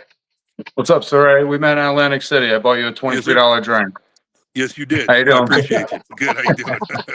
I'll never forget that Crown and Diet Coke. Jesus. What's up, Jeremy? Good to meet you. I'm What's Joe. up? What How you What's your doing? last name? None of your beeswax. Yaros. He's Gotcha. the guy who you'll hear on the mic from the Northeast that keeps shit flowing big time, and he keeps the energy going. He keeps the tournament lively as it could ever be. I happen to say he is the voice of Northeast Arm Wrestling that everyone needs to hear. Joe Oh, Yaros, what's up, man? I don't know. I'm wet now. Those are kind words, Dan. I'm a big fan of you. You went on a tear at Keystone, man. That was a run. That was a stacked class, and you jumped. At least in my head, that don't count for much. But I'm a big fan of the next couple of years in particular. So that's I'm looking it. forward. Jeremy, I like your attitude. Thank you. Saray was throwing some questions your way, and I like the way you answer. That's fun. That's good. Yeah. It's good banter. And Saray, I'm just a fan of you in general, man. You're a class act. So Appreciate I'm you, just brother. looking forward to the next year. You guys are relatively new, and you got the West Coast really. I don't know. It's it seems like it's all coming together. It's ugly, but it's all coming together. So I'm Speak about for 11 yourself. years in the sport. Yeah, right. I'm about 11 years in, so it's there's been a lot of roller coasters in where the sport's going to go, but having Brian and having a lot of eager newcomers, we got some eyeballs on us. So He raised the bar, Without a man. doubt. You So I definitely you have bring to guys are some. going say it's against. so surreal seeing Brian come into the sport and just all the strongmen. But I've been following Brian for 15 years. I mean, Yeah, it's dude, we get to meet our heroes in this sport. Go play exactly so basketball and see if you meet Michael Jordan. It's like exactly. Right. So I been like to say I watched Born Strong. You know, I was following. I knew of Strongman before, but I watched Born Strong. I think that was 2017. I was, I mean, I'm young still, but I was even younger. And Brian Shaw's like Arnold Schwarzenegger to me. You know how people were Yeah. back in the day with Arnold. Brian's like my hero, and the fact that you train with him is so cool to me. He's a good human being. Just the same dude that you see on social media, the same guy you see on TV or Yeah. his interviews. That's who he is. Like he sounds like a walking Hmm. spokesman for My American Life. Like he's just a good Right. dude. Yeah, Right. yeah, and he's a it's fun to solid watch him guy. get fired up. So it's even better. I like pissing him off. Yeah. I feel like he's a hard man to piss off, though. It just depends on what the subject is, or what the lane is. And you Knowing you're get the him fired strongest up where guy he's on the about to hit a planet PR. takes a lot. Exactly. Yeah, no, he's awesome. And when he does get fired up, I think that he didn't, in my opinion, didn't get fired up in this match with Brandon Allen as much as he did against Eddie. Like I No, think that definitely not. if he could have got a hold of Eddie across the table, it would have been it would have been a bad news in Atlantic City. But he didn't have that kind of vinegar toward Brandon Allen. But I think that he completely elevated the status of East versus West. Got so many new eyes, like even what Jeremy's saying, been watching him since he was young, a kid. So many new eyes on arm wrestling now as a result of Brian is just going to continue to elevate the sport. So I'm excited and happy to see where it goes from here. Like it was awesome to be part of the card. Didn't perform how I wanted to. Doesn't change anything else. I fucking loved every minute of it. Right. So it was great. Uh, I I definitely didn't liked really know it. who Brian Shaw was before arm wrestling, to be honest. Are you I mean, kidding me? Come on. yeah, no, I actually wasn't too, into. I I'm would just messing Dan, with watch. you. Dan, I'm just Dan, messing with you. how do you kick What? you out of your own podcast? How do we kick you out? Get out of here, you nerd. You don't know who Brian Listen, Shaw was until he started arm wrestling? You caught I him in his didn't. retirement? I did Jeez, not. I man. did not know who he was. I didn't really follow Strongman to begin with. I mean, You know listen, who Bill Kazmaier is? You ever get I jacked know up on a John Paul Sigmerson highlight video? Come on, Magnus. man. Magnus is the only strongman that I'm familiar with. You need to take a lap and do some research. I don't mean to lash out, but that's crazy, Dan. I know I'm an Go back to what you uneducated were saying. I'm fool. sorry. No, you're Oh, good. good. No, I'm an uneducated fool when it comes to this stuff. And I recognize that. When I started to look into it, I was like, holy shit, this dude has done some serious, amazing things as an athlete. Talk about a world class athlete, not who you envision at first, right? Brian Shaw is not somebody who, most people think of as a Brian world class initially. Like when you look at Brian him, when you look Shaw at is him, the great hope for tall, goofy guys. Like Mm. we're either obese or we got like gangly giraffe legs, and he goes, "No, you can actually fill this frame and look like Thanos." It's like sick, man. I'd love to do that. You know. It also, and it Brian comes Shaw's a true. great example of people saying, "Well, is it like?" Because when I tell my friends or I tell a group of people that I arm wrestle, they're like, "It's technique, right?" It's like, yeah, but I mean, you can learn all the technique at a certain level. It comes down to who's stronger, Yeah. And Brian Shaw comes in at the absolute strongest, and then puts technique as a testament. It's just a I don't know. It's a crazy like what's it called when in science when you're I don't know, man. Like the normal. It's a great comparison to the normal person. I don't know, man. There's something there. I agree. He makes I big look good. Yeah, I guess. definitely. Definitely does. And you wouldn't anticipate him be able to move on the table as he is. He's getting more and more fluid each and every time he gets to it. So that's one of the exciting things about his participation in the sport. Well, can't wait to see him get more into it. Yeah. It looked like Mr. So, Incredible at this last event. oh, yeah. That's It's a Patriot. he's incredible. It was good. There's a kid who I want to see come into the sport. His name is Bubba Pritchard. Oh And I my don't know if you goodness. guys heard about this young man. He's 14 years old, 6'4", 280 pounds, Oh, and wants to arm wrestle. I was back there talking with him, and he says, "Well, you guys show me some things at the end. Like I think I'll get into arm wrestling." And I'm like, "Well, what are you going to do?" He's like, "Well, I want to be the world's strongest man by the time I'm 17, and then I'll be the youngest super heavyweight champion when I'm 18." And Jesus. when you feel the kid, I shook his hand. I'm like, "Good Lord, 14 years old," and I was like, "Man, your hand's the same size as mine. Not quite there in the strength yet, but you're not far off." Like, absolutely, it's insane when you train strongmen and you hyper focus on growing these numbers, building the tendons. If this kid is legitimate about pursuing arm wrestling, he will be an absolute insane monster because he's still a baby and he looks like a ginormous toddler. Like you're like 3-year-old little toddler with the chubby cheeks.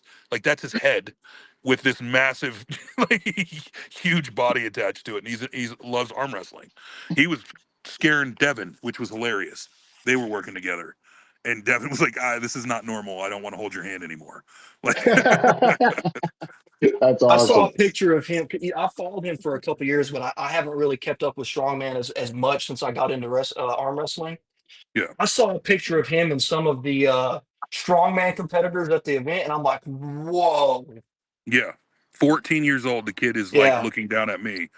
yeah, Okay, so he looks like Tobias Sprong in the Okay. face. yeah. It's Like that's crazy. what he looks like. Just a little kid.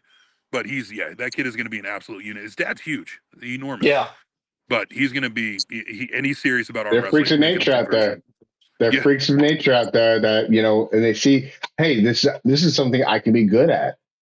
I'm not just a big guy that's meandering throughout the earth. I can actually do something with my size. Um, absolutely. that's awesome. I love that. So to everyone who's just tuning in this weekend, we're going to see Cire and Parker going at it. Jeremy Parker going at it at Colorado State's um, the 23rd. Check it out, guys. Hang on. Where'd it go?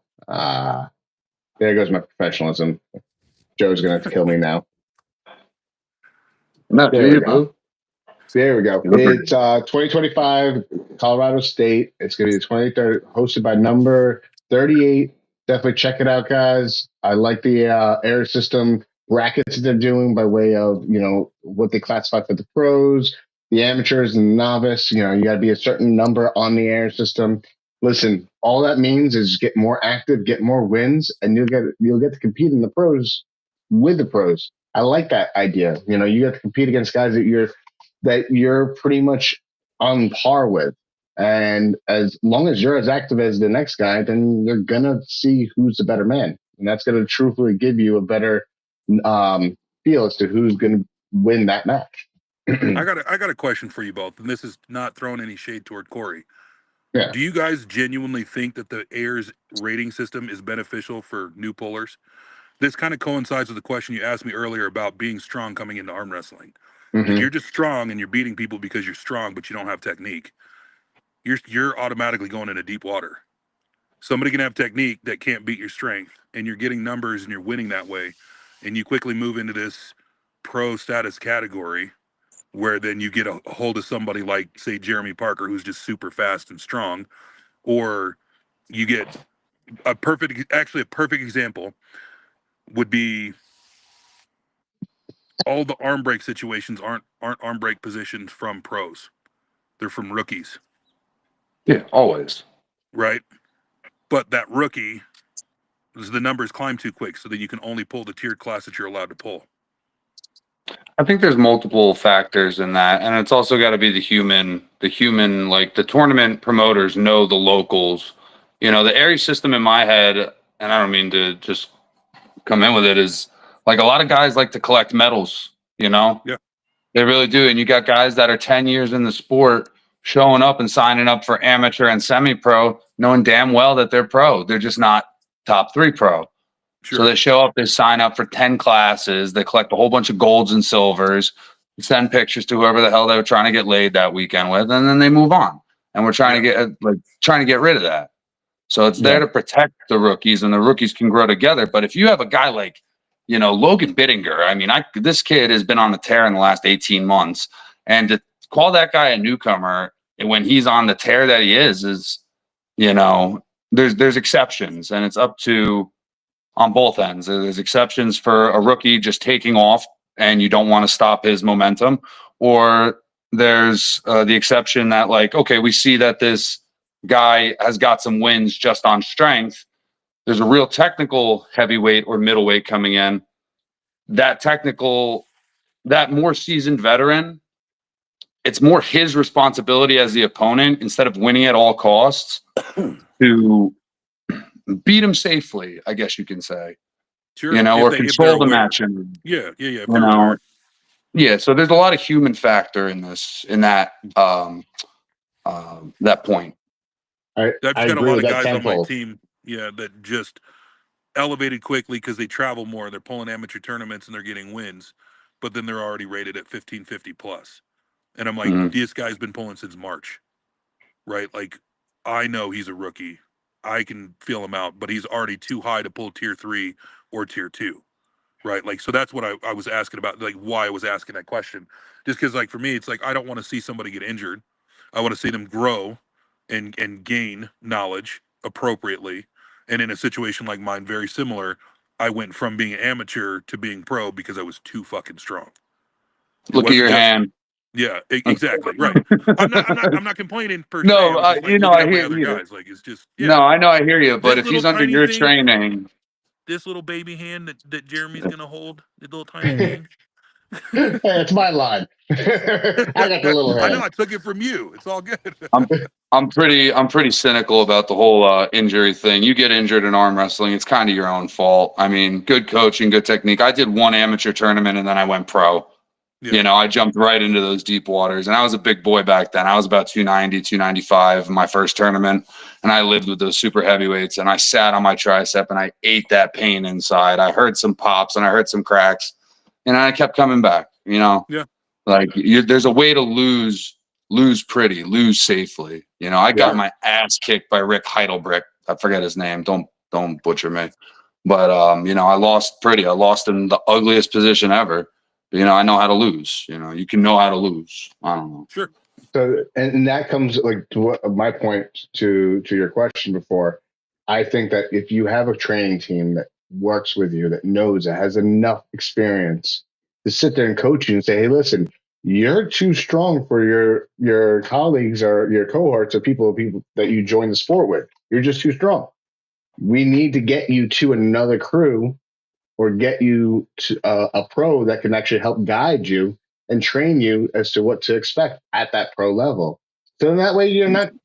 I encourage my guys. Let's say if I have a guy who's a big dude and I can't hold him, he's just too strong for me to hold him, to work with him, even with bands. And I'm going to limit what he could potentially learn from me.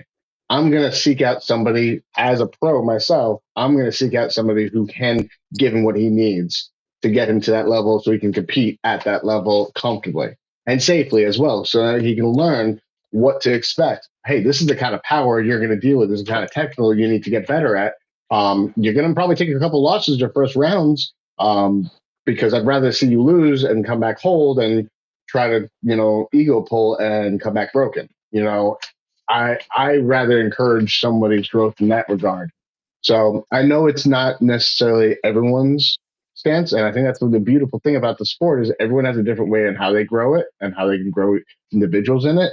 And for somebody like myself, I jumped into this about 8-9 months after I started.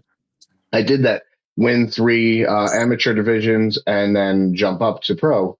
And at that time, they created a semi-pro division.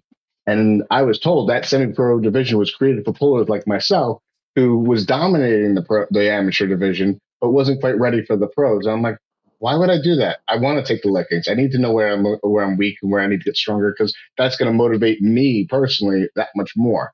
And sure. I've been in it for 5 years. Actually, this month it makes it 5 years, and I love every aspect of it. I mean, I just checked out on the Arm Fighter. I'm on my way to getting in the top 15, which, I'm grateful for my crew that's helped me get there, because sure.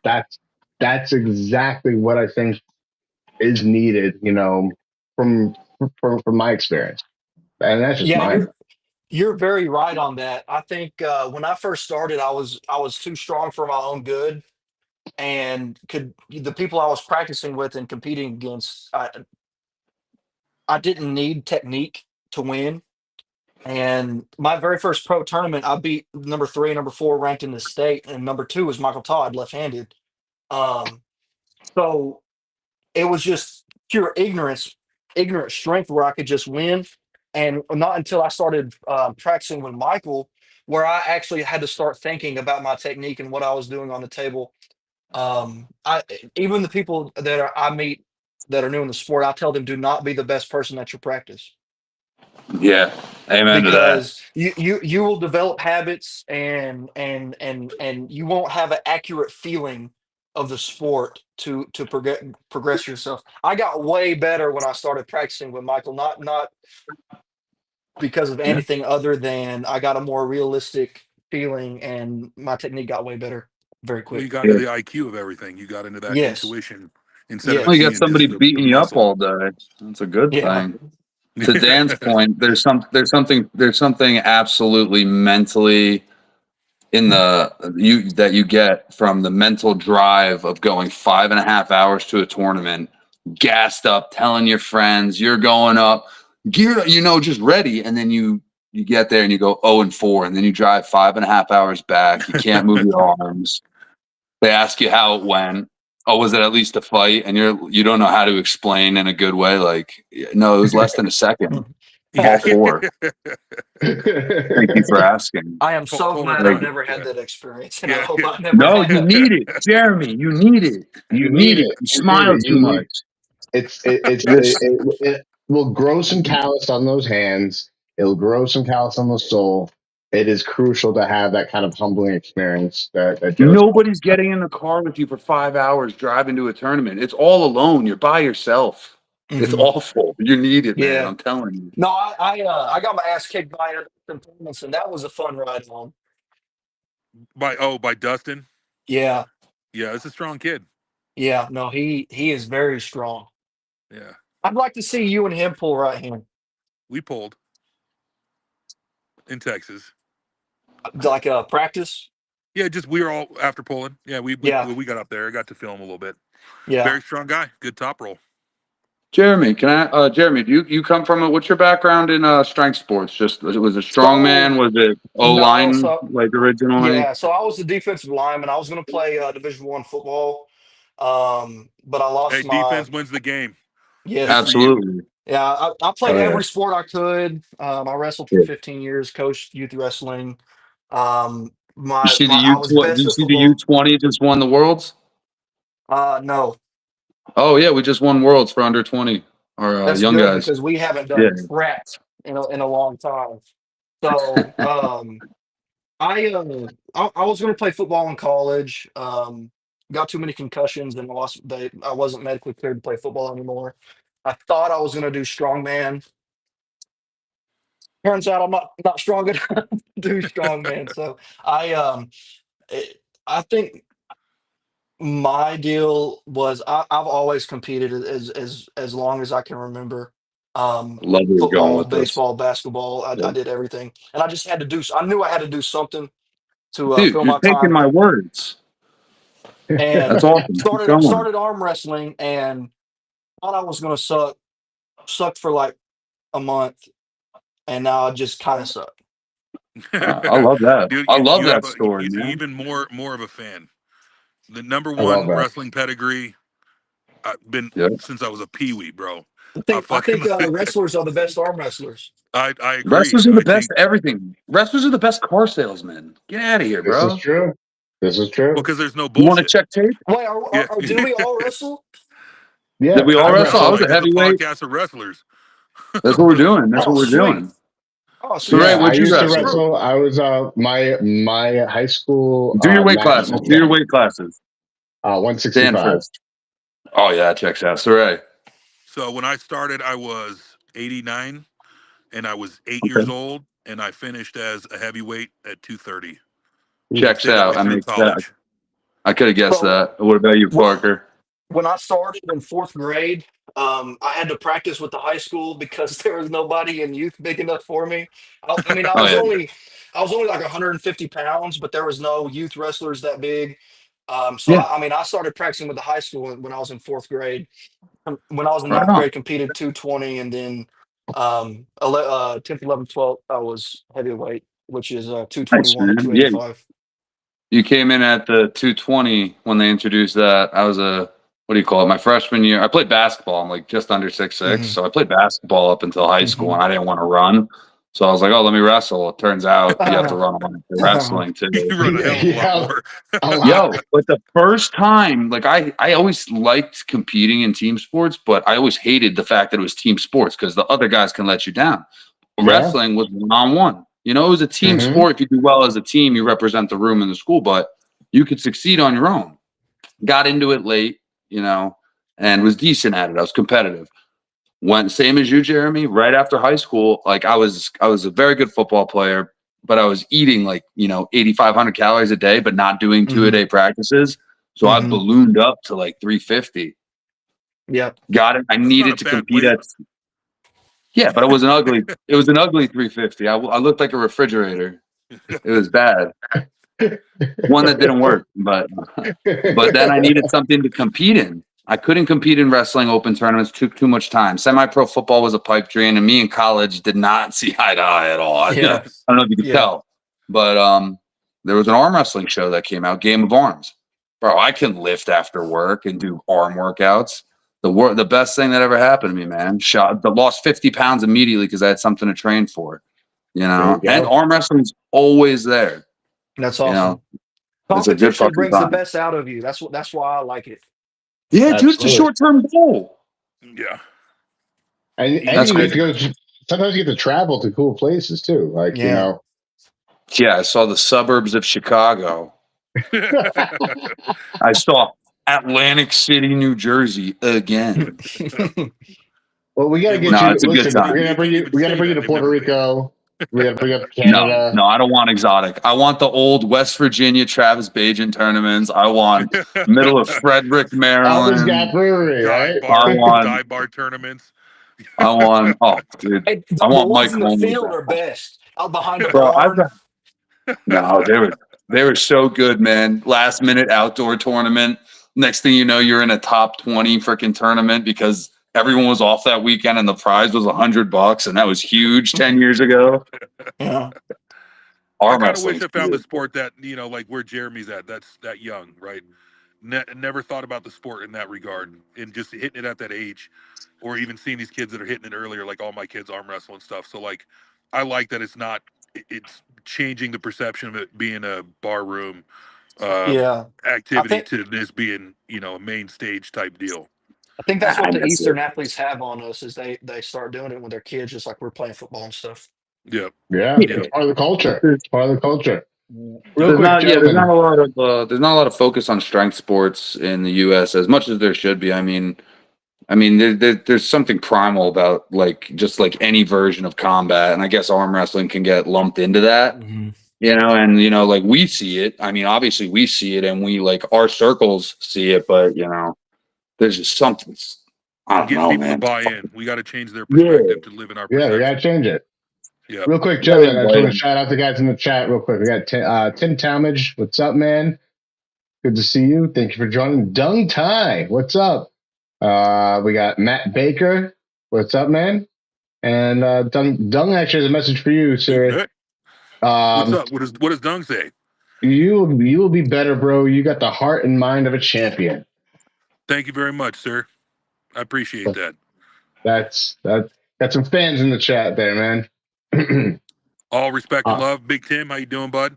Matt Baker's my boy. He's featured on some of those videos in the after poll, pulling Auden Larrett and hanging with Eddie Hall. So he's a big boy, 6'5", 350 pounds. He's a big boy.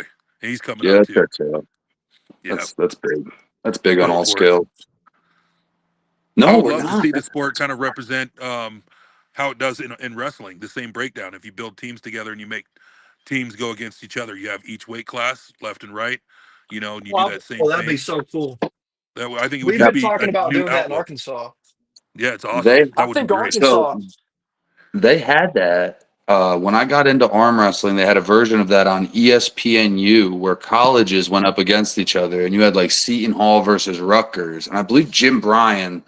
He passed away during COVID. He was a mentor, he was a friend, and he was a hell of an arm wrestler in New Jersey. But I believe he was the referee for that show, and they had a point system, and they had a 5-on-5 challenge. The weight classes were a little iffy because it was new.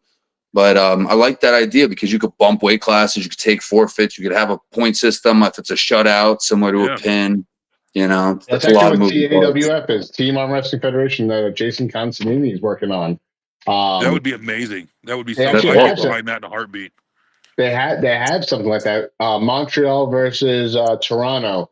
That whole entire city is being backed by two teams that Jason kind of fielded. They have a draft pool. They have captains. They have a team manager, and they're gonna pretty much have like weight classes. Check out the website, guys. It's actually, and they're gonna have one on Long Island. As well. Long Island versus Detroit, and I think Tampa Bay versus Vegas.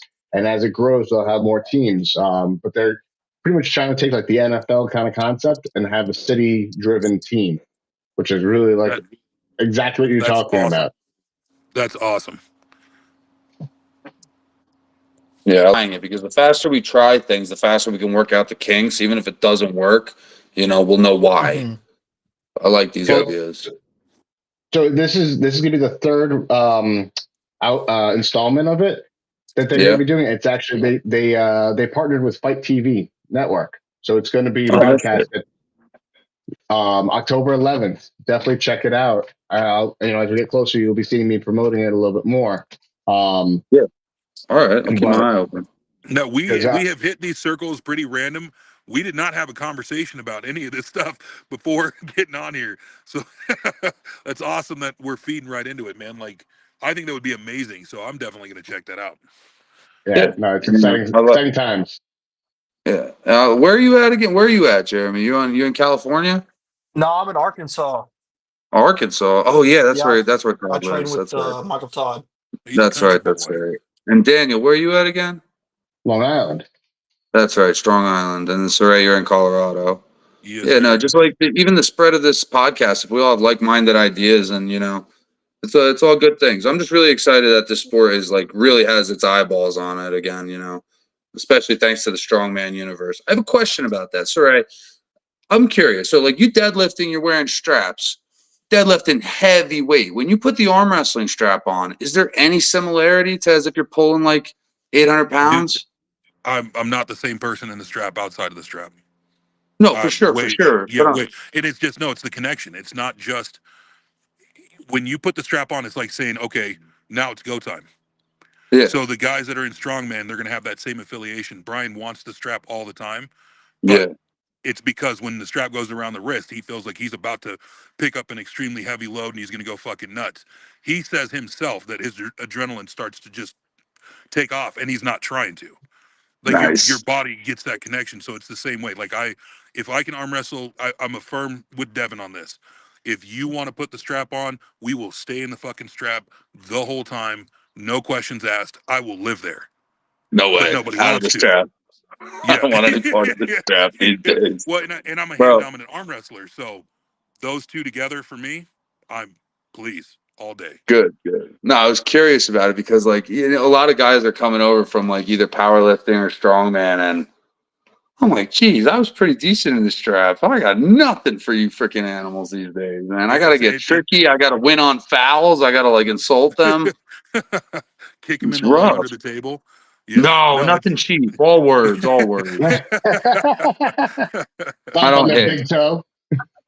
I was just saying, if you're not cheating, you're not trying. Evan Bergwijn and I had a great match in 2018. I think both of us cheated the entire time. It was good. I won though, so that's all that matters. I like the That's all that clarification at matters the at the end. end of the day. That's what happened. That's all right. So Damn, guys.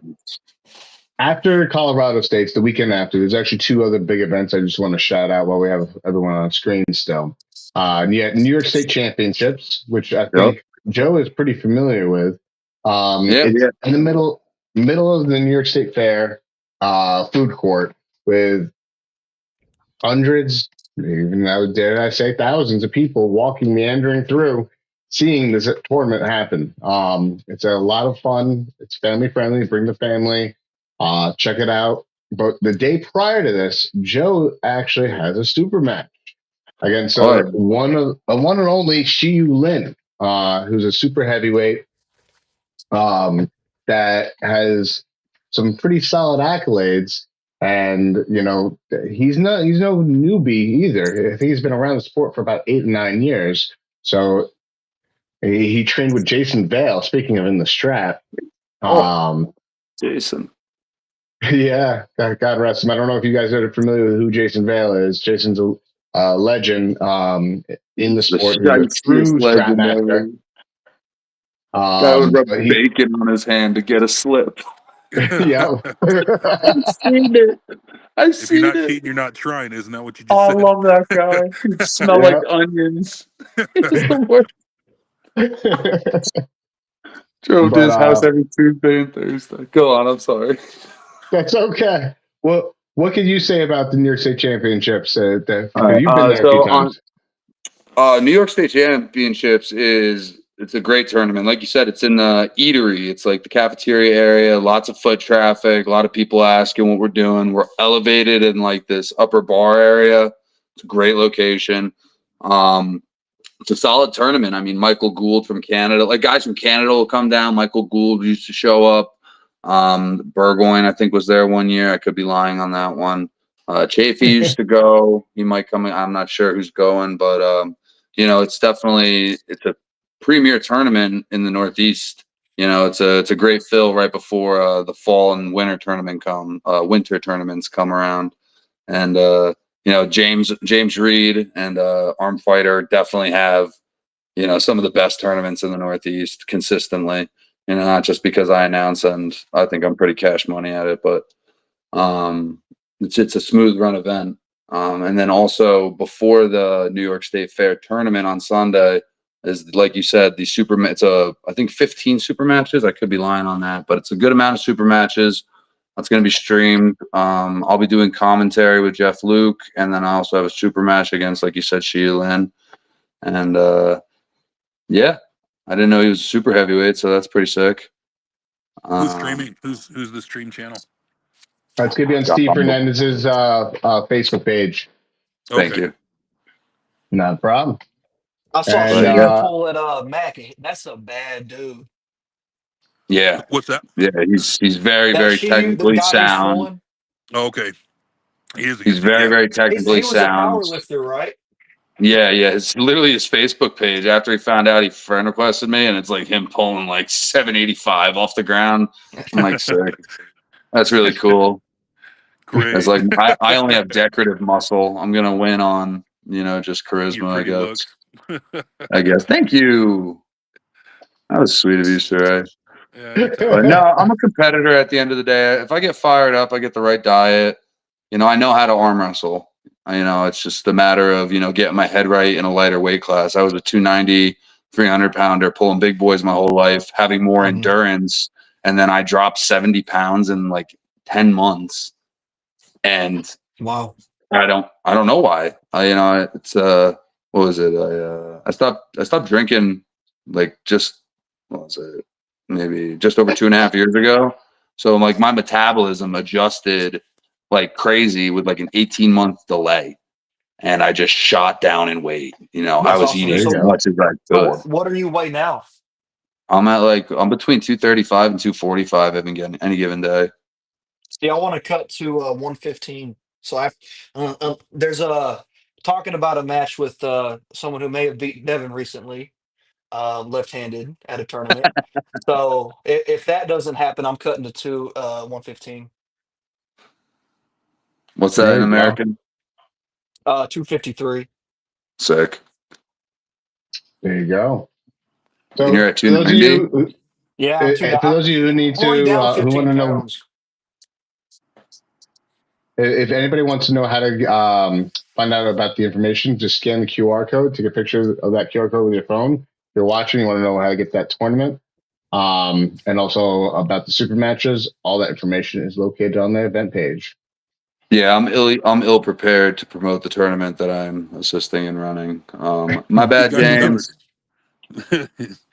That's all good. It's all good. That's why I'm here. That's why I got all the Daniel, are you there? You look like a ghost. Why'd you go with the paranormal activity filter? You look nuts right now, dude. You had so many options. You look good. I'm just jealous. I went with my kitchen window. Yeah, no, it's Back deck. virtual Yo, background. back deck rules. We pull you around. The tables are just covered right now. It's There a you solid go. tarp. How much you want for Yeah. that tarp? I said to you for 450. 450. Give me 250. We have Be fun. careful, be careful. You might take your house for the tarp, man. That's a good tarp. It works. It's still there, and we get a lot of wind plus heat. So There you go. Daniel, I'm sorry. I kept cutting you off with the announcements. It's all good. No worries. You had mentioned Jeremy mentioned Mac. We have a Mac event the same weekend that's occurring as near championship.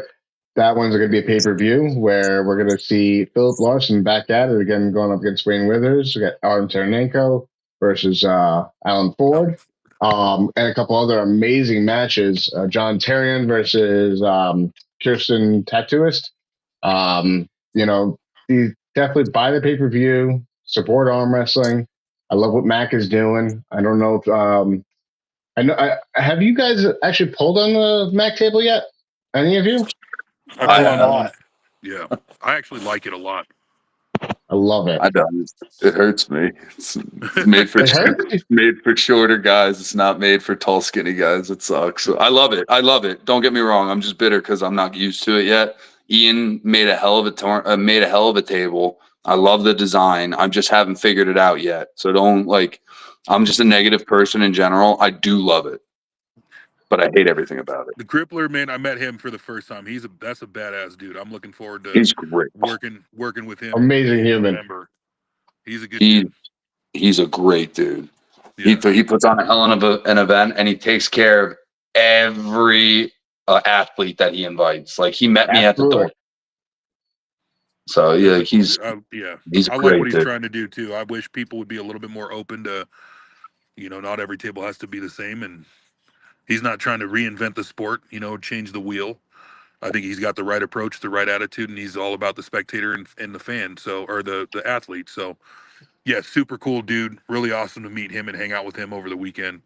And really looking forward to this match. Like Wayne Withers, obviously, I had that win over him a couple of months ago. But to see Philip Larson go in there, the reason why I find this match to be interesting is because of the hand size and center table. So it's going to be a really interesting fight between the two of them. You met Philip in Atlantic City when he was I there, met him in correct? Atlantic City. Yep, we hit it off then, and we've stayed in contact, just different training modalities or whatever, all the way until he got here at the Strongest Arm on Earth, or East vs. West 19. And just he's a super cool dude. That's what I was telling him earlier. Is him and Rickard Borman they're awesome dudes, great human beings, like really really cool people. So The future of sports promising with people like them at the helm too. absolutely. It's going to be an interesting. Go ahead. No, you're good. I was just saying words. I look forward to seeing this match. And this event as a whole is going to be massive. I will be still in Colorado, otherwise I would probably be at that event or at New York State Championship. But talk about being torn from two different angles. You guys got to stop having the good events on the same weekend. I don't care about having the same events, but the good ones are going to separate a little bit. No, There's too many events now. there is a surplus. Good problem to have.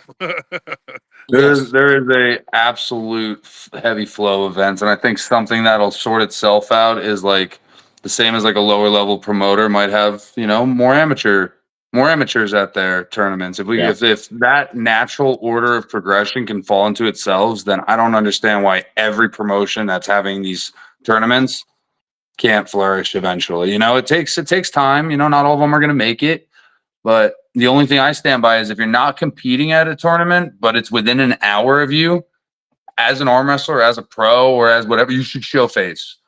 Yes. You have to. If you're only showing up because you want to pull, sorry, you don't love the sport that I love, because we need attendance. Like, why not? Well, you know Or what? not Makes go to a no tournament sense. just because you don't think you can win. That Oh, bothers that's me. But never that's been a in whole That my. bothers me so Yeah. much. that's a I hate can of that. worms for me. Yeah. You want me to rant? I'll rant, Jeremy. That Easy, one Jeremy. bothers Easy, me. Jeremy. Don't open up that Pandora's box, please, please. Losers. But I will say my favorite thing about tournaments, to be honest, sometimes a tournament is not why I'm going to the actual event. It's the after pull. It's the ability getting to pull people that That's right. I may not have any chance of competing in the tournament because I get knocked out 0-2 maybe or something like that, and then I have the opportunity to learn from those guys, but also learn from the top level dudes that are in the region. Like that's the whole reason why I go to as many tournaments as I go to, because I get to experience that. You never know who you end up on the table with. Yeah. It's crazy. Paul Lynn came to a tournament one year. He started about a year after me.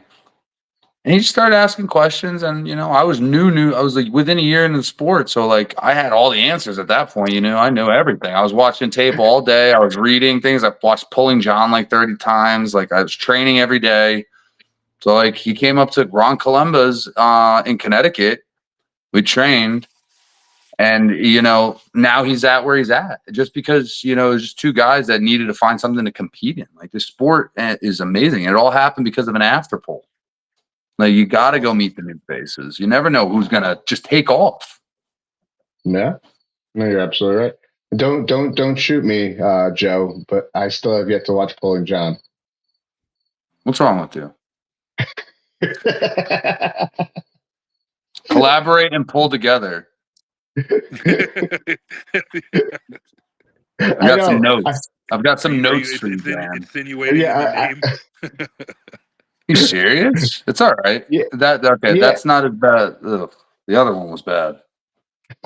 Not knowing Brian Shaw. That was bad. Pulling John's Listen, a there cult were some classic. there were some dark times where I lived under a rock, very deep underground. So I didn't know That anything. rock now with the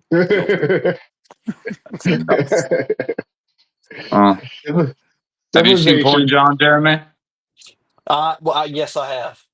Yeah, Cire, you seen Pulling John? Recently, it took me a while to watch it, but I have. Okay. I think I know what I'm going to do tomorrow.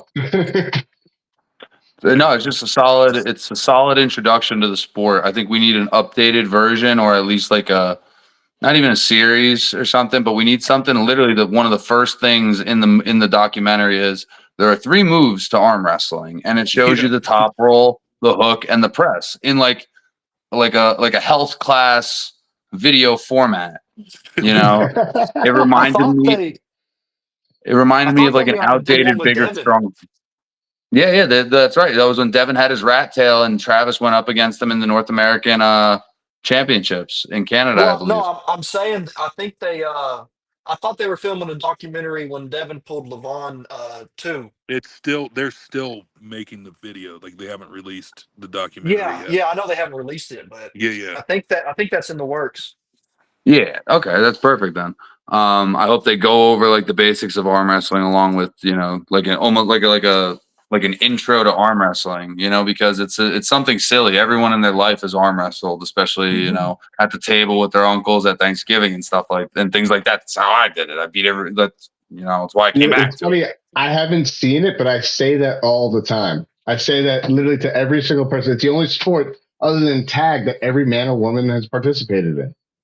Yeah, and it's silly to say like, oh, I know how to arm wrestle, but I assure people you don't know how to arm wrestle. So if we have something that like just eliminates that embarrassing conversation, that would save me about 20 minutes every other day explaining arm wrestling. It's just a broad statement. You don't know just how to arm tattoo. Yeah, dude, it's nuts. People go to war in my comments. I've got threads of people going back and forth. Oh, this is how arm wrestling's done. Yeah, you have to arm hold wrestle with your whole hands. body. You got to stay straight. You have to stay straight. Your arm should just go this way, right? That's all. That's all. That's all it is. That's just it, right? You're cheating. Totally no arm breaks. Yeah. I walk away from people that start arm wrestling around me. I want no part of it. You should be correcting it right away. I don't have that kind of time, man. It's so bad. I just tell them, don't do it. Stop. You're going to end up on YouTube. Don't be dumb. You need to go to work on Monday. If you break your arm because of arm wrestling, like everyone's going to get mad at me. I'm the arm wrestler. Like, you're nuts. Good point. It's a fun sport. It's a great sport because you know what? One of the things if I didn't participate in it, I would never have met some epic individuals like yourselves. Just wouldn't. Oh, the people win. If you guys have been in for 3 years, like those people that you've met along the way, like not just specifically arm wrestling, I'm sure it's in the other like strongman community too, especially when you show up to the same events with the same 20 people, you eventually start flocking together. Man, I haven't paid for like room and board in the last 10 years because you can call an arm wrestler and say, "Hey, I'm going to be in town. Do you want to train?"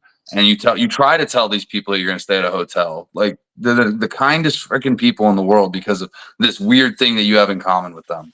Yeah. You know, it's its own little community, and some people think that's gay when I say that, but it is. Listen, we do like to hold hands with each other, so yeah, we travel hundreds of miles to do it. Well, you ever listen to arm wrestling practices without looking at the video? Sounds pretty pretty sus. So yeah, no, definitely. Yeah, no, I think you meet somebody and you find out right off the bat that person's not trying to kill you.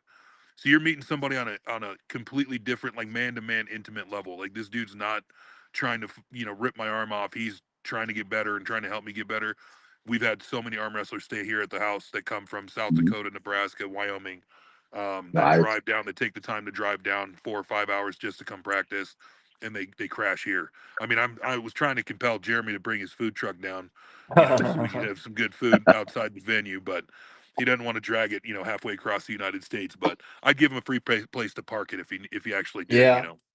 So Jeremy, you're lazy. That's all right. I always say that the arm wrestling family is very much like a fireman's house meets a motorcycle club, which is a lot less angry, a lot less violent. You know, the classic motorcycle club fireman analogy. It's a classic proverb. There's a million ways to describe that. Dan, you're a funny guy. At the end of the day, we're just holding hands. We are. Yeah, that's right. I don't know why Derek was so mad. Yeah. I took the heel of arm wrestling and tried to make it the fight. Didn't work. Didn't work. It's hard to do that with someone that's a nice guy too. Yeah. Someone who you actually genuinely like. How do you get them riled up? Well, I knew everybody was going to be playing the nice guy card, so I was like, well, I got to try and go the opposite. So nothing pisses me off more than sportsmanship. I swear. Yo, when you're at the table, why are you being nice? You have literally 2 minutes to be as mean as you want to this guy that you may or may not know. And you don't want to get in his head. You don't have any desire to try to be a menace and fuck with him. Like, that's nuts. You're so close. Nobody can hear you except you and the ref. Like, you could say I say some vile shit up there. There's some people that don't like to arm wrestle me. I understand that. Yeah, that's probably that's how you're going to derail Shiyu is your volatility at the table. I know how to talk shit. I know how to talk shit. That's easy. You learn anything in a native tongue there? Of course. Okay, good. No, I absolutely am. I'm going to Kobe the hell out of him. But I know how to compete. I'm not I got to get stronger. There's no doubt in my mind. And I only have 2 weeks to come up with a plan for him.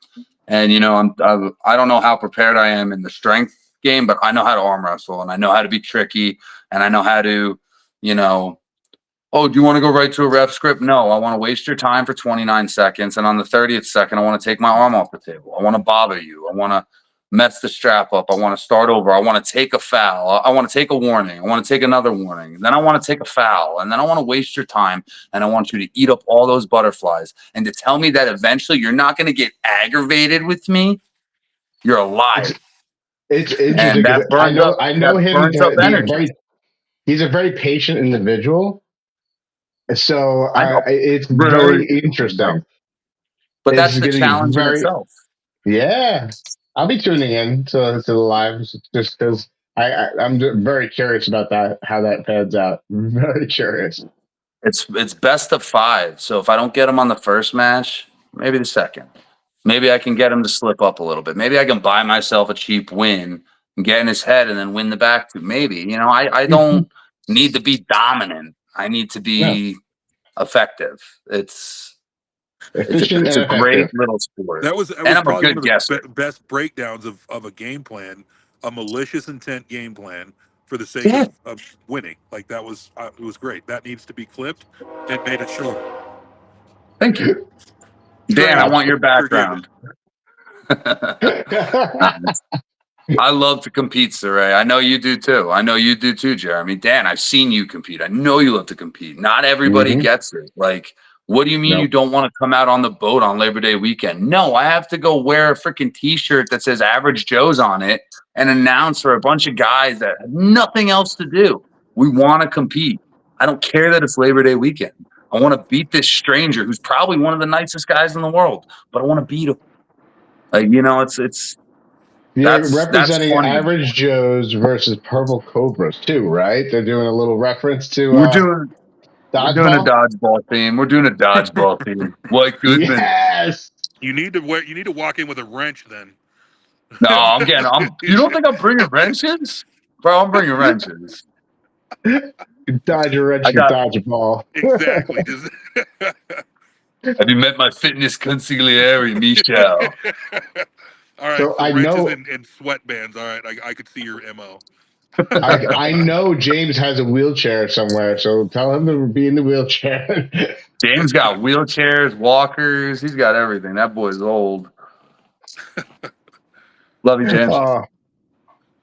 But So, no, it's good. gentlemen, That's going to be a good event. I'm looking forward to that event, this weekend's event, next weekend's events rather. I'm gonna be in Colorado the day after. I know Jeremy is gonna be trying to rip off Cire's arm, but I'm gonna be there I to am hang off of it the certainly next going to day. do my very best. Good. I'd expect Good nothing luck, less. young man. I will be there the next day to hang off of whatever's left of Cire's arm. And whatever crew he has available. I know that it is a day after a tournament, so I'm not expecting too many people, but there are some times where people can't get off of work, right? So let's say, let them know that if any light guys All they of want us, to test their might, we're wild, man. We will go pull a tournament, and then we will pull practice the next day. Aim is blood flow, but then the ego starts to get a hold. So long as nobody got too beat up, but we do. It's a religious thing. We'll take off the Sunday before a tournament. So we won't have our practice last lifts on a Tuesday, and then the day after the tournament, everybody shows up, and we're all bitching and whining until we get warmed up, and then we start working, and so you'll have some competition. They might start off weak, but then they'll start getting you, and you're like, all right, cool, this will work. So I'll have some guys here for you, brother. I'm looking forward to it because it's actually going to be a part of my prep work for a super match on September 20th. Yes, King of the Tri-State. I did mention that earlier in the show. I promote that tonight. King of the Tri-State's run by Steve Fernandez. It's against the Mountain Dog, which I don't think we have any real mountains up here in the Northeast, but they call him the Mountain Dog. What you talking about? Listen, You want to talk elevation? Don't talk elevation with me. Northeast has got plenty of elevation. in comparison to Colorado, they're little What a molehills. comparison. We have mountains. We've got mountains. You don't talk like that. Remember where you're from, bro. You Listen, I'm on the serious? island. It's I'm on not the the island. Rockies. I'm all The about the beaches, bro. Appalachian Mountains, bro. Remember where you're from. Sorry, East Coast rule. But Jordan Maskell is going to be my next victim at the table, right-handed. So I'm going to go ahead and rip his arm off. I'm going to be using you guys to help me to do so. Oh, yeah. Let's go. Get me fired up. Get me fired up. Just want to say thank you, Cire. Thank you for the opportunity. Yes, sir. Thank you for the call out, brother. Like, I mean, Yeah. you saying that you've been a fan for a while, and then to ask Well, me for actually, a I match. didn't call you out. Corey asked if I wanted to pull you, and I said yes in about 8 seconds. Well, even You better. took 8 seconds? So, What'd you think about for 8 seconds? riding a bull. Would I be able to get off work? It's exciting. But And sad. I quit that job, so yeah, I don't have that problem anymore. So Oh, you're definitely all for it. Then. You You've had own your nothing food to truck, do. right? yes, Yeah, Oh, that's awesome. Being an that's entrepreneur, good. man, doing that on your own is great. yeah. So I was running a Pizza Huts before, and I was just working 100 hours a week, getting paid for 50. Oh So yeah. Yeah. Salary's I garbage. appreciate the Yeah. opportunity, and I'll see. I'm looking forward to it. Absolutely. Look I'm at- looking forward to it as well. If you stick around, I don't know when you're taking off when you leave, but you're We'll welcome to be come again. So my wife and son's coming. Awesome. We'll be there. I think we're flying out on Monday. Well, if you're wanting to do any blood flow on Sunday, you're welcome to come to the practice as well. All right. Sweet, I'll be It'd be there. awesome meeting you too, Jeremy. Yeah. See y'all. Thank you, Dan. Not a problem, man. Always welcome. Good meeting you. Good luck. All right, gents. Have a good night. You Have a as good well. one, Dan. Thanks. It's all right. Be good, Thank you for brother. having me on. You as well, Thank brother. you I'll for see you joining soon. us. Yes, sir. Thank See you you for guys the soon. opportunity. All right. Absolutely.